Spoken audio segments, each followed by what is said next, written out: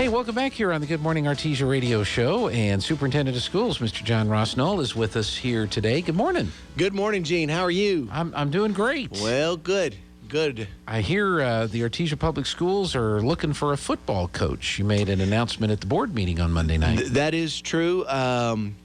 It did announce to the board and to the public on Monday night that Coach Rex Henderson had submitted his resignation after 5 years as head coach and also 14 years as an assistant coach.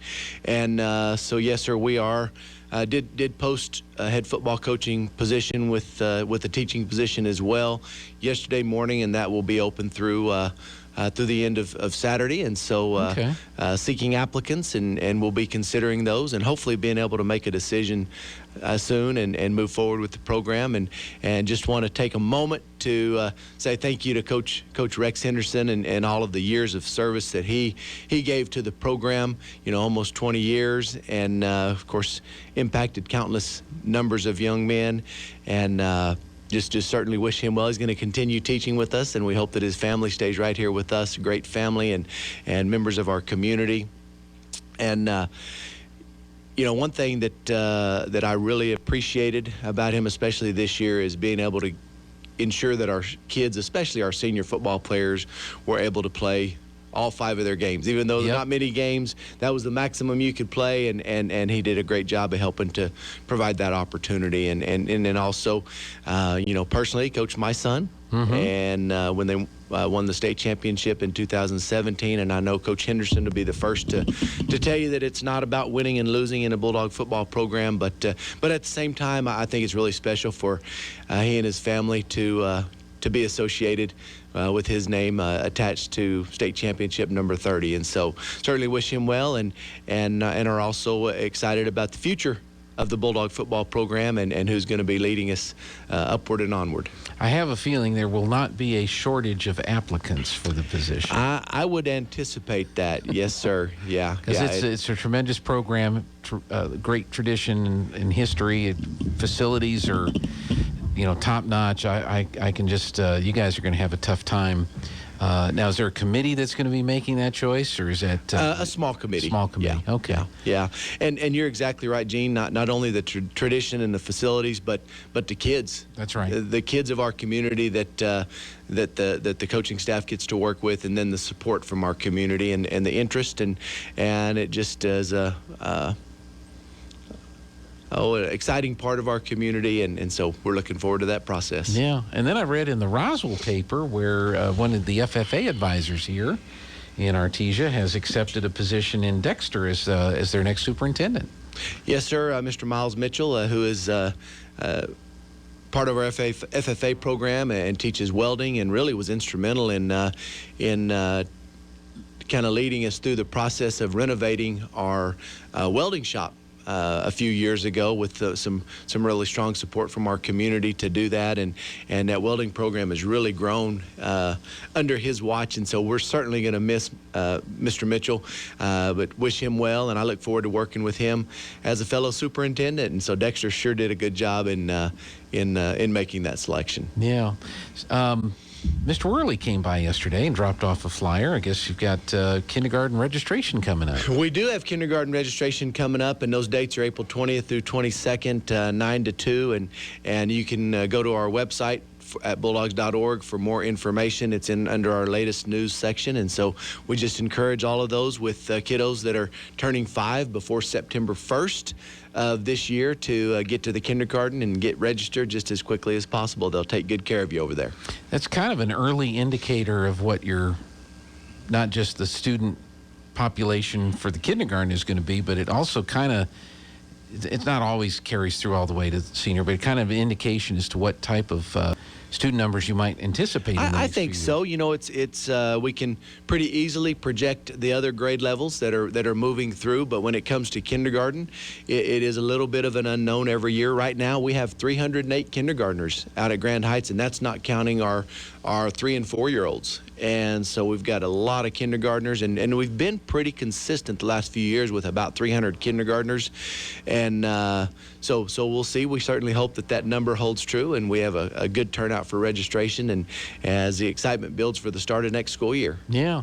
One other thing I wanted to ask you, I know you've got your list there too. Oh, you're good. I've noticed a couple of school districts around the state have had to go to virtual learning for a couple of weeks. There's been some pop-ups of COVID cases. There was a wrestling meet in Roswell scheduled for this weekend that got canceled because one of the participating teams, they had a little bit of an uptick in cases. How are we doing here in Artesia and from what you talked to other superintendents around our area? Sure.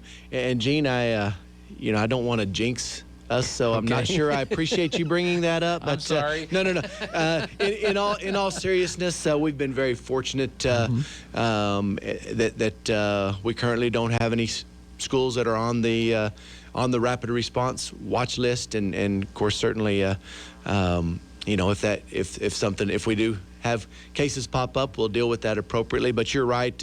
In the news, you're seeing some schools that are going to remote learning for a couple of weeks, and some of those are because they have had 4 rapid responses within 14 days. If that happens, then it's mandatory that a school go remote for a period of time. And then there have been some other schools where districts have just made the choice, oftentimes due to staffing, because of the close contact rules that we have to follow. It's not always because of a large number of cases, but just a handful of cases could impact many students, many staff members being considered close contacts, and those folks being asked to quarantine for 10 days. Right. And so you're right, we're seeing that as schools are returning to in-person learning. But to this point, we've been very fortunate here in Artesia that we've not had to deal with that much. I hope if something happens, it's not my fault. I cannot guarantee I won't blame you, Gene, but that's good. What else did you have in your list? Just a couple of things. Of course, we had a board meeting on Monday night, and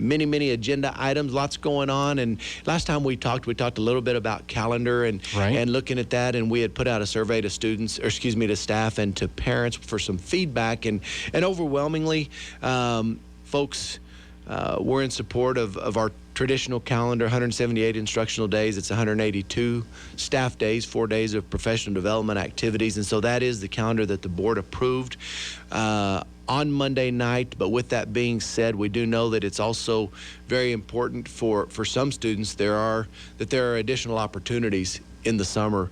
And so in June, we'll be providing 12 additional days for elementary students that their parents want them to participate in that, and there's actually information going out from the elementary schools right now. And then moving forward, what we're looking at is we will get some additional stimulus money from the federal government for COVID relief, and some of that can be used to address learning loss. And so we will certainly be looking at that to provide some summer opportunities over the next few summers, and looking at data, identifying some areas where we believe we could provide some additional support for certain students. And so we're going to be looking closely at that. Would it be for parents who think their kids need a little help to get caught up, but would it also have some opportunities for some that are maybe more advanced? Absolutely, Gene. It's really kind of wide open, and so that's something we'll be looking at. For example, one of the things we've been talking about that might be a good opportunity. Right now, we have students at our Bulldog Training Center just showing up this morning taking the SAT, and so we thought, the opportunity to provide some ACT, SAT prep for a couple of weeks during the summer could really be beneficial for some kids. So, like I said, it's really wide open, and we'll be taking a close look at that to provide some of those opportunities. Okay, well, that sounds great. Yeah. Keep the regular school year basically the same, but then you have the summer school opportunities for those. Right, and that's really what we're looking at. Yeah. So, but appreciate everyone's feedback on that. The other things that I had, we did have a number of items in Mr. Phipps's portion of the meeting. It's the time of year where principals are submitting their requests for summer work and those types of things. And so we did approve a number of projects ranging from carpeting in some schools to HVAC projects to re-roofing projects, those types of things. And I just want to point out that we also, at the meeting Monday night, approved a resolution to go to our voters in November, because it's time to seek renewal of our House Bill 33 5 mil levy. Okay. And I want to make sure that everyone is aware that this is not a tax increase. It would be a continuation of current taxes, and funds raised from those taxes enable us to do construction, to do renovation, to just really provide a good environment for kids and staff to work and to learn.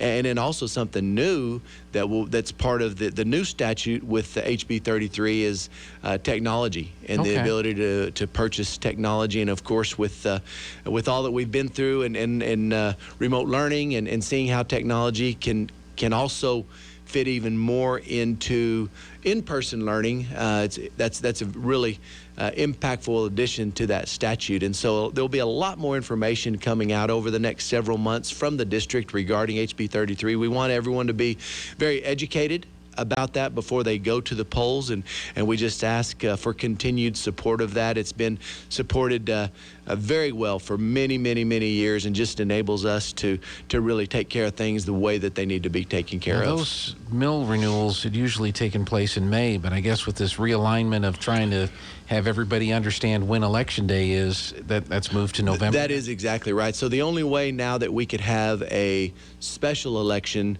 would be if it were through mail-in voting only, and so it will be part of the regular election, I believe, on November the 2nd. Okay. And also we'll have 3 board seats that are up on that day, and there's seats, districts 1, 2, and 4, which are Mr. Irby and Mr. Flores and Mr. Conklin. Okay. And so be watching for more information about that too. Very good. Anything else on the list? There's not anything else on my list. I don't have anything on mine. I think guess we've covered it it then. Thank you very much. All right. Thanks, Gene. Appreciate it. We'll see you next week. All righty. And let's join townhall.com news. Long. However, Senate Republicans